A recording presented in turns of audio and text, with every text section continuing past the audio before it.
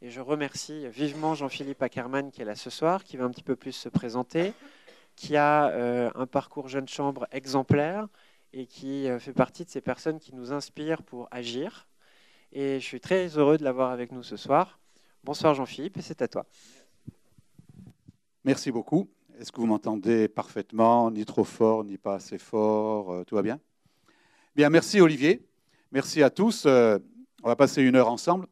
Au début, Olivier me dit, tu sais, j'aimerais bien que tu fasses une conférence sur le bonheur en entreprise. Vous voyez, ce n'est pas du tout le titre, en fait. Hein.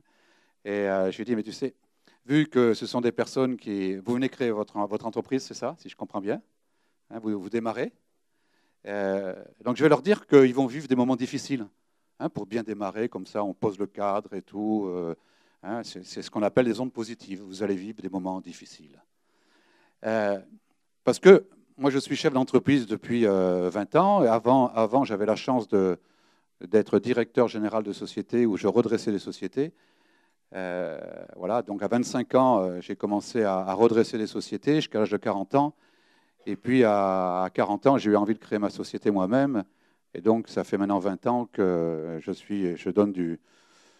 fais du conseil à l'entreprise, j'aide les dirigeants à améliorer leur marge, parce que dans une entreprise, ce qui compte, c'est la marge. Il n'y a que ça qui compte, du reste, c'est la marge. Et après, cette marge, je peux la faire grandir de plusieurs façons. Je peux la faire grandir en baissant les coûts, ça tout le monde sait faire. Et je peux la faire grandir aussi en augmentant les recettes, et ça, c'est parfois plus compliqué. Alors, quand j'ai redressé les sociétés, je vous avais dit que j'avais 25 ans, j'avais peu de culture managériale.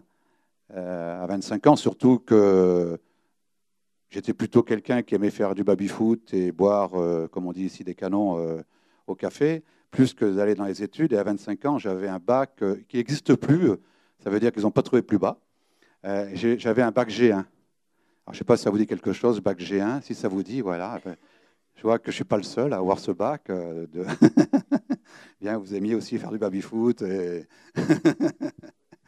Et en fait, ce bac G1, vous savez, pour ceux qui ne connaissent pas, c'est sténodactylo. Donc sténodactylo, pour un homme, c'est assez particulier, quoi. Hein, et on se dit, à quoi ça sert sténodactylo? En fait, ça servait parce qu'on était 3 hommes pour 25 filles, donc on aimait bien la sténo et la dactylo. Et c'était très agréable. Mais en fait, je blague, mais j'ai compris, à partir du moment où j'ai changé d'orientation professionnelle classique et je suis rentré plutôt dans le commercial, l'entrepreneuriat, j'ai compris que ce qui me plaisait, c'était l'entreprise.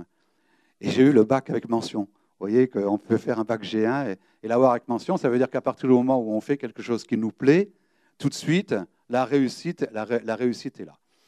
Mais j'avais surtout 2 convictions quand on m'a demandé de redresser ces sociétés. J'avais 2 convictions que j'ai gardées depuis 35 ans maintenant, qui sont toujours avec moi et que je développe tout le temps, qui sont la première, et je vais en parler tout à l'heure, c'est que la réussite passe par le bien-être. Et particulièrement pour ceux qui ont des collaborateurs, par le bien-être des collaborateurs. Vous imaginez, moi j'arrive dans une société, on me dit, enfin on ne me dit pas, je découvre qu'elle a 1 an pour vivre. Donc je réunis mes collaborateurs, il y en avait 75. Et je leur dis, je vais vous dire quelque chose qu'on ne vous a jamais dit, c'est que la société est malade, pour ne pas dire morte. Mais on va faire en sorte de la redresser et je vais faire en sorte que ça se passe bien, qu'on ait envie de bosser ensemble, qu'on ait envie d'être bien ensemble. Et j'ai mis plein de choses en place pour que mes collaborateurs soient bien, et quand ils sont bien, il n'y avait qu'une envie, c'était bosser. Et puis j'avais une deuxième conviction, qu'on va en parler aussi, c'est qu'il faut absolument que le dirigeant, et ça c'était en 1980, vous voyez, il faut absolument que le dirigeant ait un esprit optimiste. Parce que s'il n'a pas l'esprit optimiste, un dirigeant, il ne peut pas diriger son entreprise. Vous imaginez, le matin, j'arrive et je dis à mes collaborateurs, on ne va pas y arriver.